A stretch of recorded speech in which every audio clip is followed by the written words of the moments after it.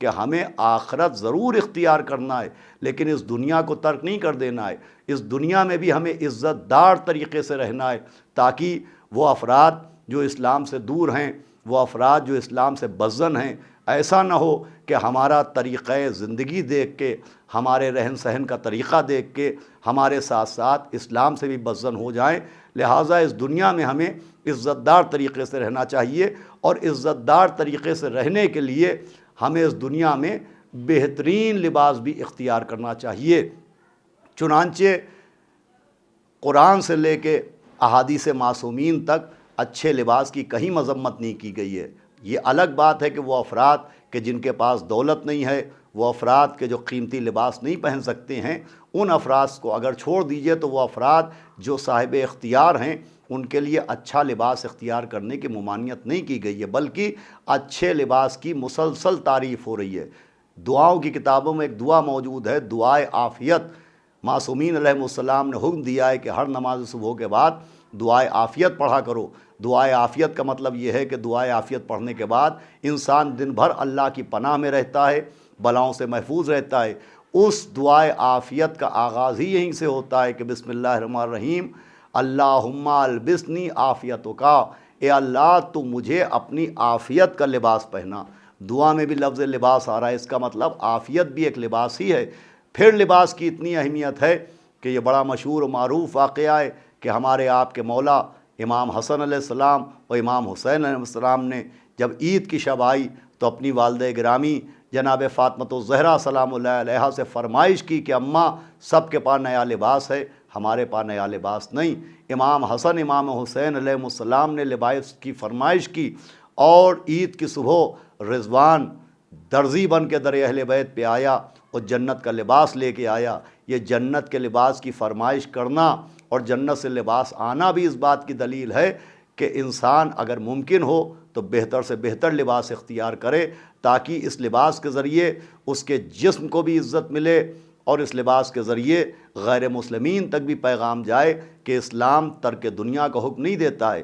اس سے آپ آگے بڑھیے تو ایک روایت ملتی ہے کہ امام حسین علیہ السلام جب مسجد میں نماز پڑھنے کے لیے تشریف لے جاتے تھے تو امام بہترین لباس زیب تن کر کے جاتے تھے۔ حالانکہ امام لباس کا محتاج نہیں ہوتا ہے، لباس امام کا محتاج ہوتا ہے۔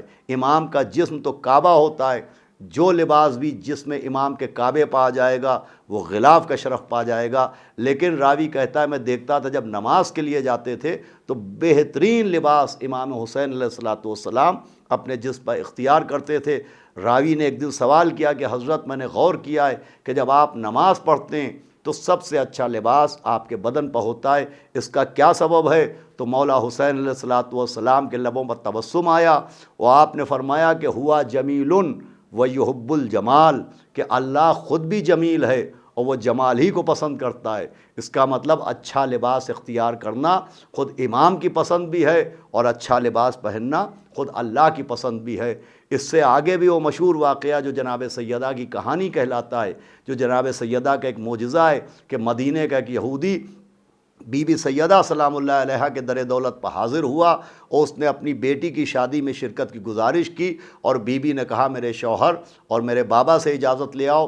اجازت ملنے کے بعد جب وہ یہودی اپنے گھر چلا گیا تو جناب فاطمہ زہرا سلام اللہ علیہا نے مصلی بچھایا، اور آپ نے دست دعا بلند کیے اور فرمایا اے اللہ تو جانتا ہے یہ یہودی کیا چاہتا ہے کہ میں اس کے گھر جاؤں اور اس کے گھر کی خواتین میرا پرانا لباس دیکھ کے مذاق اڑائیں۔ اس وقت میرے پاس اچھا لباس نہیں ہے تو تو جنت سے لباس بھیج۔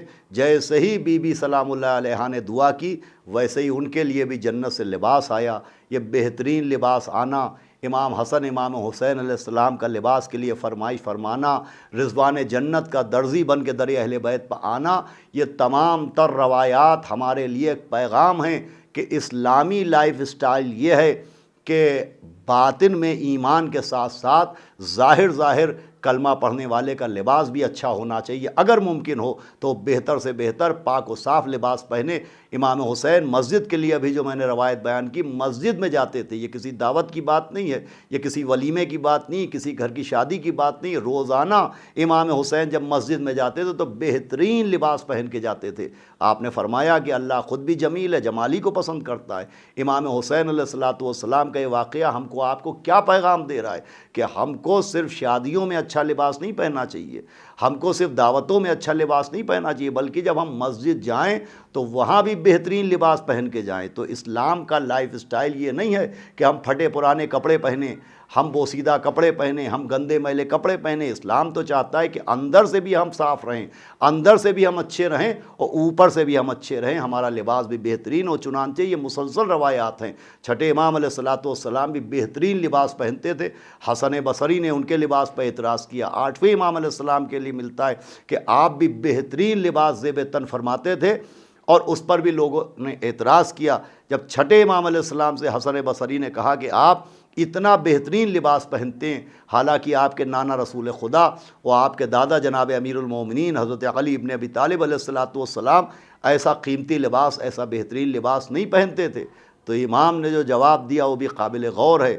آپ نے فرمایا کہ سنو، ہمارے نانا اور ہمارے دادا کا زمانہ فقر و فاقہ کا زمانہ تھا، غربت کا زمانہ تھا، غریبی کا زمانہ تھا، افلاک کا زمانہ تھا، مگر ہمارا زمانہ شان و شوکت کا زمانہ ہے، ہمارا زمانہ زر و دولت کا زمانہ ہے۔ اگر ہمارے نانا اور ہمارے دادا ایسا لباس پہنتے تو مسلمانوں کی دل آزاری کا سبب بنتا، غریبوں کی دل آزاری کا سبب بنتا۔ اس وقت کے مسلمان غریب تھے، ان کا دل دکھتا، لیکن آج کا دور جس دور میں ہم ہیں، اس دور میں اگر ہم ویسا لباس پہنیں گے تو ہمارے چاہنے والوں کی دل آزاری کا سبب بنے گا۔ اس کا مطلب لباس دل آزاری کا سبب بنتا ہے۔ اگر غربت کا زمانہ ہو، اگر فقیری کا زمانہ ہو تو اس زمانے میں آپ ہرگز نہ پہنیے، لیکن آج جس دور میں ہم گزر رہے ہیں اس دور میں ہر مذہب کے لوگ بہترین لباس پہنتے ہیں، لہٰذا ہمارا بھی فریضہ ہے کہ ہم بھی، اگر اللہ نے ہم کو عطا کیا ہے تو ہم بھی بہترین لباس پہنیں، تاکہ لباس کے ذریعے شوکت کا مظاہرہ ہو اور لباس کے ذریعے بھی ہم سیرت معصوم کے اوپر عمل کریں۔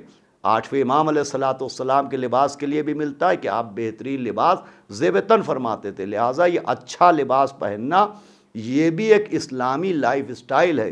اسلام وہ دین ہے کہ جو صرف آخرت کے لیے نہیں آیا ہے، بلکہ اسلام دنیا کے لیے آیا ہے۔ چنانچہ دنیا میں جتنے بھی زندگی کے گوشے ہیں، وہ ولادت ہو یا موت ہو، وہ شادی ہو یا غمی ہو، وہ تعلیم ہو یا تربیت ہو، وہ بیماری ہو یا آزاری ہو، ہر ایک کا حل اسلامی لائف اسٹائل میں موجود ہے۔ اسلامی لائف اسٹائل کا مطلب ہے آیات قرآن، اسلامی لائف اسٹائل کا مطلب ہے سیرت معصومین علیہ السلام۔ لہٰذا زندگی کے ہر گوشے کے لیے کہ ہم اپنے بچوں کو تعلیم کیسے دیں، اس کا بھی طریقہ معصومین نے بتایا ہے۔ ہم اپنے بچوں کی تربیت کیسے کریں، اس کا طریقہ بھی اسلام نے اور قرآن نے اور ائمہ معصومین نے بتایا۔ حد یہ ہے کہ ہماری جو بیماریاں ہیں تو ان بیماریوں کا علاج بھی اسلامی لائف اسٹائل میں موجود ہے، کھانے پینے کا طریقہ بھی اسلامی لائف اسٹائل میں موجود ہے۔ کوئی پہلو، کوئی گوشہ ایسا موجود نہیں ہے جو اسلامی لائف اسٹائل میں موجود نہ ہو۔ ہم اسلامی لائف اسٹائل چھوڑ کے دوسرا زندگی کا طریقہ اس وقت اختیار کرنے پر مجبور ہوتے جب اسلام نے وہ طریقے نہ بتائے ہوتے، لیکن جب ہمارے پاس قرآن کے بتائے ہوئے زندگی کے طریقے موجود ہیں، اہل بیت علیہ السلام کا بتایا ہوا لائف اسٹائل موجود ہے، تو اگر ہم دوسرے طریقے اختیار کریں گے تو یقیناً وہ ہمارے گناہگار بننے کا سبب بنیں گے۔ لیکن اگر ہم اسلام کے بتائے ہوئے لائف اسٹائل کے طریقوں کو اختیار کریں گے، قرآن و اہل بیت کے بتائے ہوئے لائف اسٹائل کے طریقوں کو اختیار کریں گے، تو ہم اس دنیا میں عزت دار بھی رہیں گے اور آخرت میں نجات کے حقدار بھی رہیں گے۔ اس ایپیسوڈ کا مقصد یہی ہے کہ ہماری زندگی کے وہ تمام گوشے جن سے ہم گزرتے ہیں، جن کی ہمیں ضرورت پڑتی ہے، ان گوشوں کے لیے قرآن کیا کہہ رہا ہے، ان گوشوں کے لیے معصومین علیہ السلام کیا کہہ رہے ہیں، وہ اس ایپیسوڈ کے ذریعے، ختیجہ ٹی وی کے ذریعے آپ تک پہنچائے جائیں گے۔ اور اگر اسلامی لائف اسٹائل کے سلسلے میں آپ کے ذہنوں میں کچھ سوالات موجود ہوں، آپ اس سلسلے میں کچھ معلومات حاصل کرنا چاہتے ہوں، تو ختیجہ ٹی وی کے چینل پر اس وقت نیچے جو واٹس اپ نمبر اور ای میل آئی ڈی ایڈریس دکھایا جا رہا ہے، اس پہ آپ اپنے سوالات اپنے نام اور پتے کے ساتھ بھیجیں۔ انشاءاللہ اگلے ایپیسوڈ میں آپ کے سوالات کو ائمہ معصومین کی احادیث اور آیات قرآنی کے ذریعے ان کے جوابات پیش کرنے کی کوشش کی جائے گی۔ اسی کے ساتھ آج کا یہ پروگرام ختم کیا جاتا ہے، اس امید کے ساتھ، اس یقین کے ساتھ کہ یہ ایپیسوڈ آپ کو کیسا لگا۔ آپ ختیجہ ٹی وی کے واٹس ایپ اور ای میل آئی ڈی پر اپنی بہترین رائے سے ضرور نوازیں۔ اسی کے ساتھ میں عباس ارشاد نقوی آپ تمام ناظرین سے اجازت چاہتا ہوں، آپ کی دعائے صحت کے ساتھ اور اپنے لیے محتاج دعا کے ساتھ۔ انشاءاللہ اگلے ایپیسوڈ میں آپ سے پھر ملاقات ہوگی۔ خدا حافظ و ناصر۔ اپنا اور اپنے اہل خانہ کا خیال رکھیں۔